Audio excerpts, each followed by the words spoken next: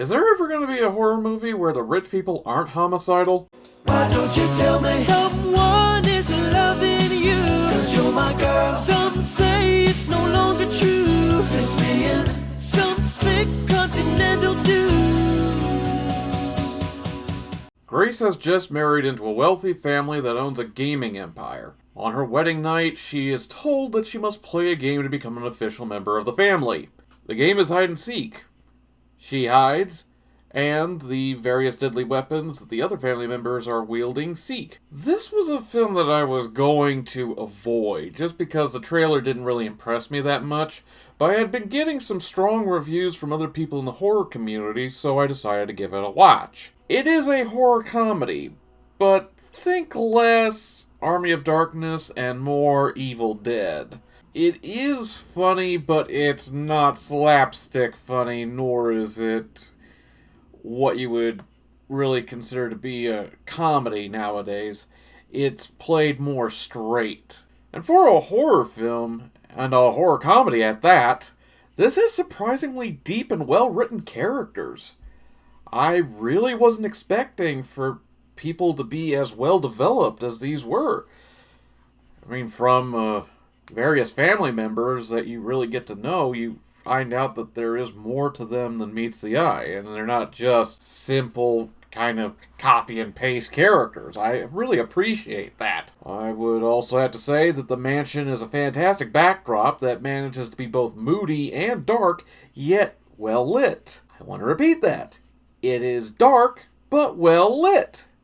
You can actually have some source of light in a dark film. The narrative keeps you guessing, and the flow is based around situational developments rather than a recycled story. But if I'm to be really critical and a bit unfair, you could boil this down to a story where its plot is a broken record of 4 events cycling around, avoiding encounters, getting spotted, avoiding the danger, or at least dealing with the danger, and then escaping. But like I said, that's a bit unfair, though I will acknowledge it just because some others who don't really like this film that much, or want to be particularly mean about it. I will say that horror and humor are very subjective, so a horror comedy is putting itself at a disadvantage. And while I would say that this is very serviceable, it's not very strong in terms of either horror or comedy. But that's just my personal feelings on it.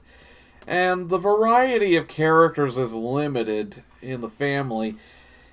They're just a little too willing to kill, and their motivations aren't made very clear, except that they all believe this one thing. And even members of the family that married in are somehow just really willing to kill people with very little motivation.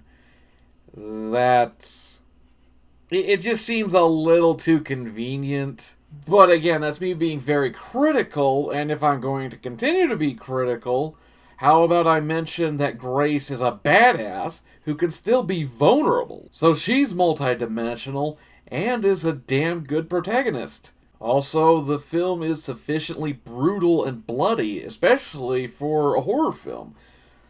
So, yeah, horror fans are really going to enjoy that aspect of it. And even though I have mixed feelings about this, because a lot of what I really enjoyed about this film started really setting in after the film was over rather than during it. I kind of was bouncing back and forth on ratings for this, but I have to say, overall, it is an impressive piece. So, I'll give it an 8.5 out of 10. When you really get down to it, this was a very solid film, and an enjoyable watch. So until next time, I will see you in the next one.